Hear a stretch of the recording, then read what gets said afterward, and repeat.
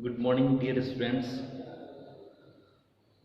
As you know, last video में अपन ने chilli cultivation पढ़ा था और चिली क्रॉप में लगभग अपना 50% टॉपिक कंप्लीट हो गया था।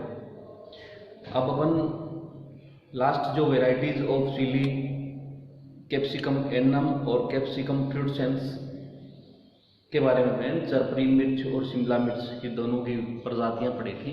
Varieties of capsicum annuum and varieties of sweet pepper या कैप्सिकम फ्रूटेंस। नेक्स्ट अब अपन पढ़ेंगे management of manure and fertiliser in chilli crop.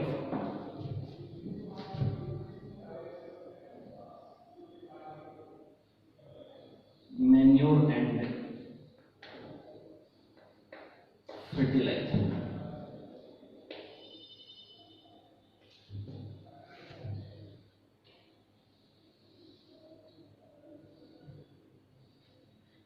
किसी भी क्रॉप की प्रोडक्शन डिपेंड करती है मैनेजमेंट ऑफ न्यूट्रेंट और मैनेजमेंट ऑफ इरिगेशन पे, और मैनेजमेंट ऑफ वीड पे तो है ही है। अब बच्चों चिली कल्टीवेशन या साइंटिफिक कल्टीवेशन जब अपन कर रहे हैं और अच्छी प्रोडक्शन के लिए, बेटर प्रोडक्शन के लिए अपन को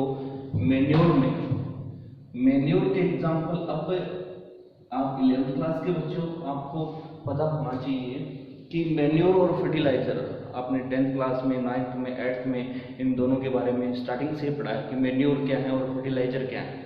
मैन्योर यदि अपन पढ़े तो manure word come from French language. Manure का अर्थ होता है supplier of food. Manure word से बना है ये, और इसका अर्थ होता है सप्लायर ऑफ फूड, या अपन इसको कह सकते हैं हिंदी में इसे खाद कहा जाता है। और खाद्य शब्द की उत्पत्ति संस्कृत भाषा के खाद्य शब्द से हुई है, जिसका अर्थ भी होता है भोजन की पूर्ति कराने वाला। यानी मृदा के कणों को, सोइल पार्टिकल्स को फर्टाइल बनाने के लिए सोइल का फूड है ये, लैंड फर्टिलिटी के लिए। फर्टिलाइजर है वो आर्टिफिशियल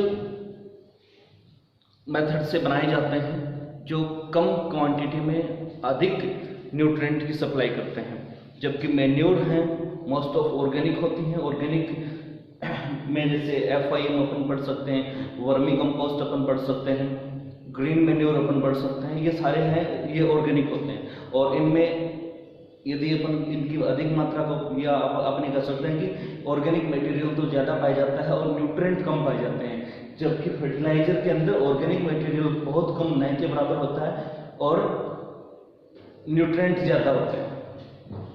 जैसे यदि अपन मैन्योर की बात करें तो 20 to 25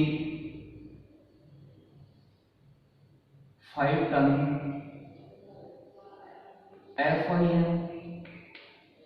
FIM means farm yard manure, या इंडिया में इसको मोस्ट ऑफ डंग मैन्योर के नाम से जानते हैं।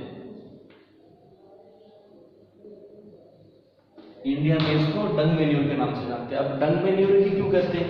इंडिया में कहते हैं गोबर की खाद है, बाकी और विश्व में इसको FIM फार्म यार्ड मैन्योर ही कहा जाता है। अब इस बात पर 2 मिनट अपन चर्चा करेंगे कि क्यों कहा जाता है, ऐसा क्यों है।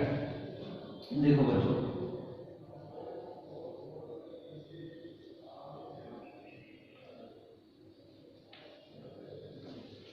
फार्म यार्ड मैन्योर, FIM का पूरा नाम है फार्म यार्ड मैन्योर। इसमें FIM किस किस से मिलकर के बनता है? फार्म लिटर,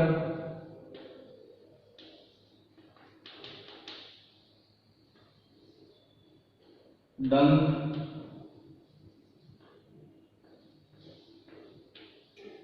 और यूरिन।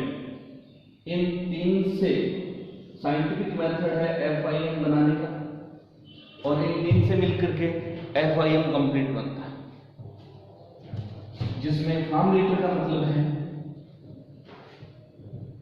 एनिमल हाउस का फार्म लीटर, एनिमल हाउस का फ्लोर अपन कह सकते हैं। उस मिट्टी को अपन खोद करके जब गोबर की खाद बनाते हैं तो उस मिट्टी को भी गड्ढे के अंदर, पिट के अंदर डालते हैं। डंग का मतलब है गोबर अपन डालते हैं, और यूरेन, एनिमल यूरेन का भी यूज गोबर की खाद बनाने में होता है। इन तीनों को मिलाकर के जो खाद बनाई जाती है वो गोबर की खाद है, वो फार्म यार्ड मैन्योर है। परंतु इंडिया में केवल और केवल डंग का यूज होता है, केवल और केवल गोबर का यूज होता है, इसलिए अपन इसको गोबर की खाद के नाम से जानते हैं। चिली की ज़्यादा से ज़्यादा प्रोडक्शन अपन को मिले, इसके लिए अपन 20 to 25 टन पर हेक्टर FIM का यूज करेंगे। इसकी जगह अल्टरनेट और क्या ले सकते हैं अपन, इसकी जगह अपन कंपोस्ट ले सकते हैं या वर्मी कंपोस्ट ले सकते हैं।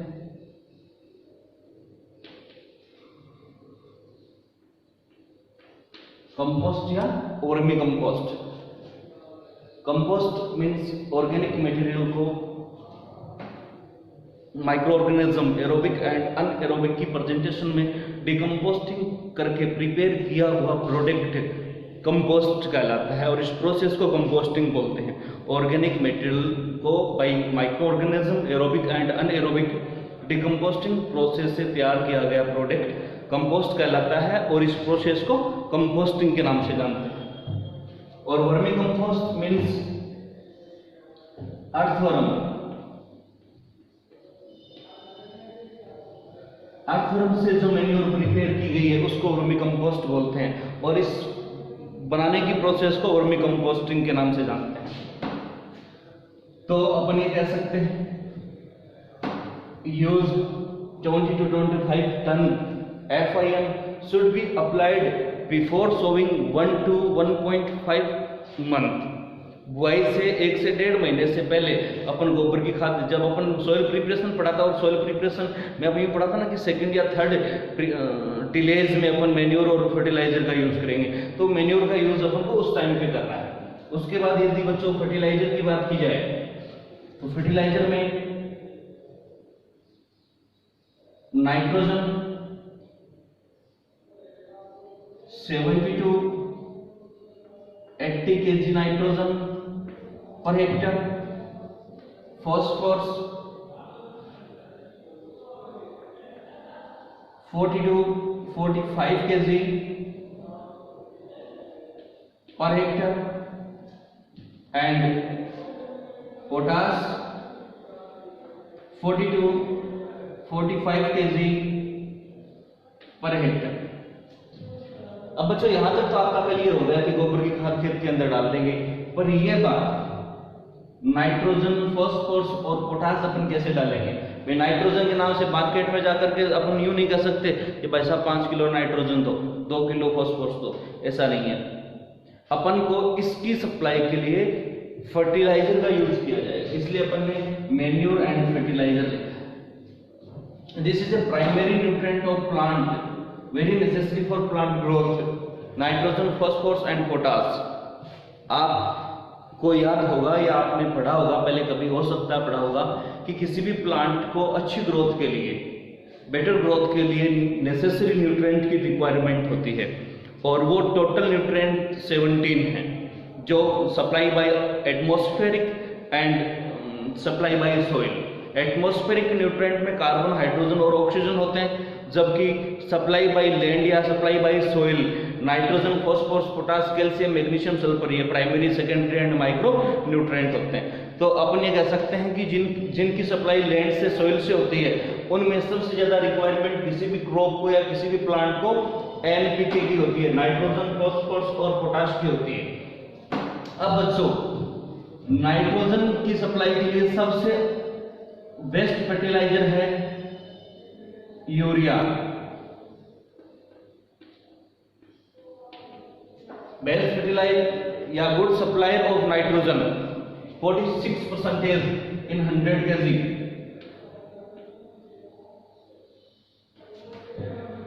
46% nitrogen present in 100 kg urea.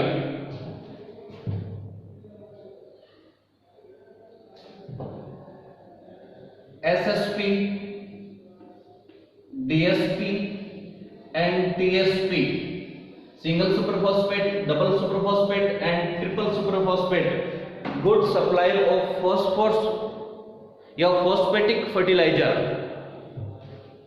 and good source of potash MOP muriate and potash and SOP sulfate of potash.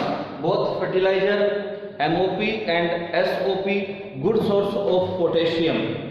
Third necessary nutrient all plants good source of this nutrient MOP and SOP. Full form of MOP murate of potash and full form of SOP sulfate of potash. Full form of SSP single superphosphate, double superphosphate and TSP means triple superphosphate. अब बच्चों यहां अपन ने अभी अभी पढ़ा है कि nitrogen 46% present in 100 kg urea. अपन को यहां 70 to 80 kg नाइट्रोजन देनी है क्रॉप के अंदर, तो अपन ये कह सकते हैं कि इसका फॉर्मूला होता है। फॉर्मूला क्या है? फॉर्मूला यह है कि number of fertiliser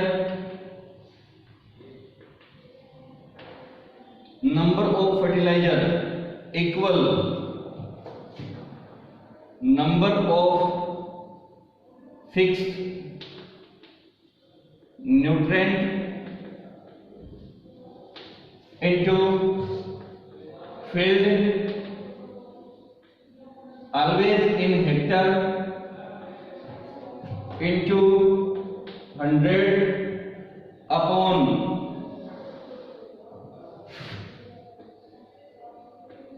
active number of nutrient in fertilizer।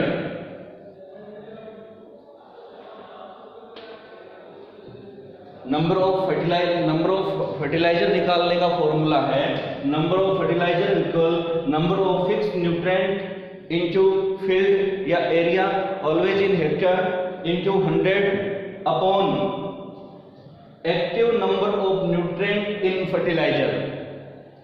For example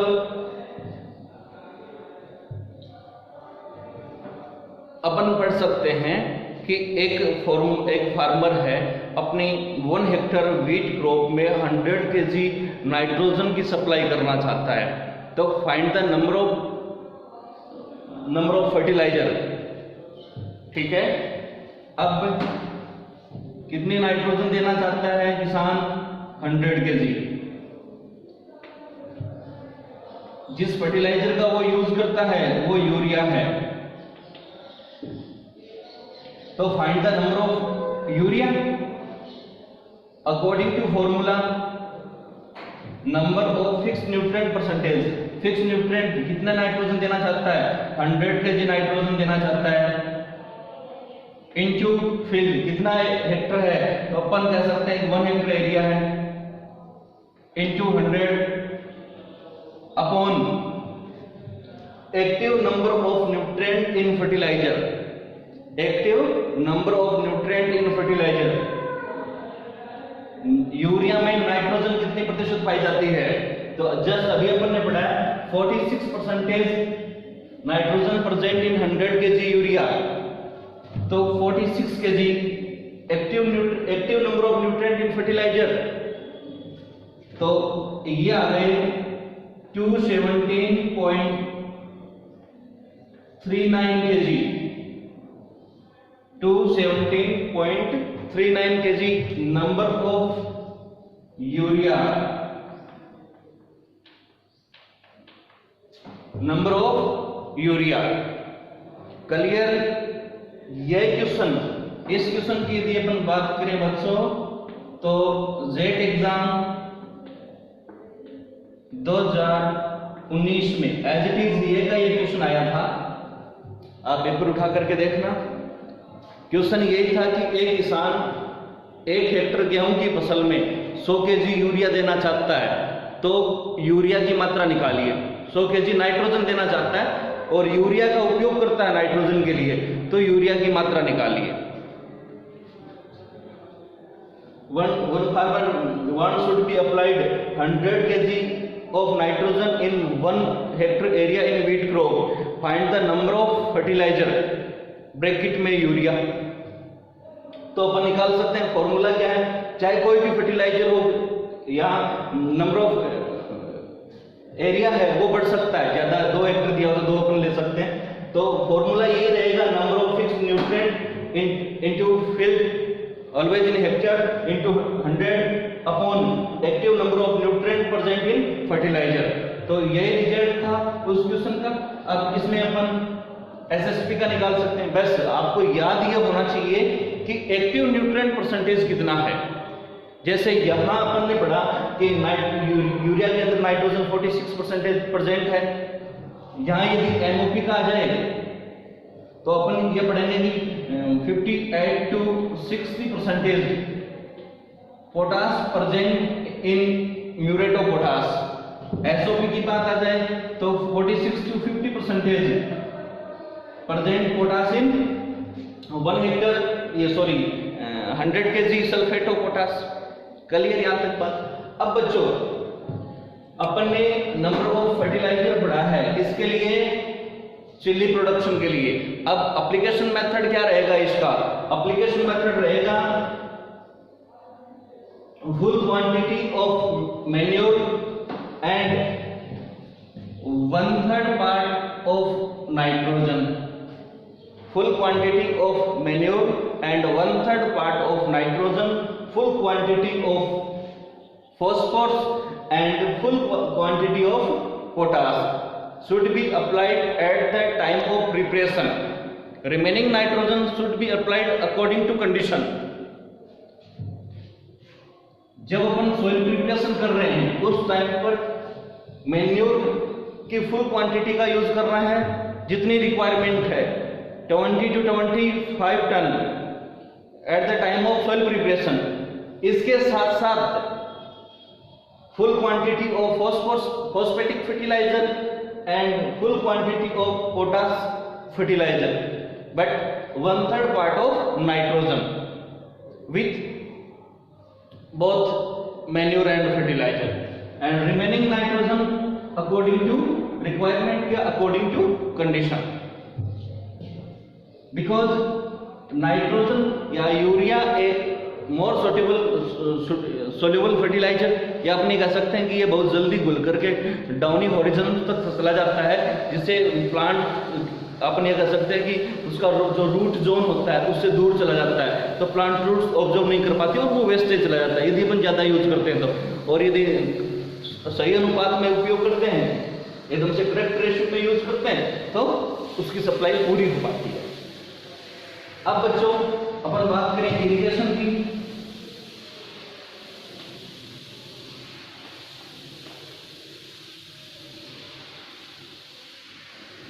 यदि अपन बात करें इरिगेशन की, तो इरिगेशन में अपन ये कह सकते हैं कि irrigation requirement depend on season and land. जैसे रेनी सीजन है तो वाटर रिक्वायरमेंट कम होगा, समर सीजन है तो ज्यादा होगा। लैंड सॉइल कैसी है, यदि ब्राउन सॉइल है वाटर रिक्वायरमेंट ज्यादा होगी, ब्लैक सॉइल है तो वाटर रिक्वायरमेंट कम होगी। तो अपन ये कह सकते हैं कि irrigation requirement depend on always season and land, but in summer season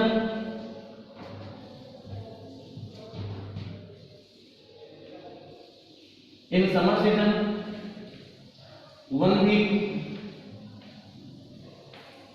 interval should be applied of irrigation, and in rainy and winter water supply interval 10 to 12 days,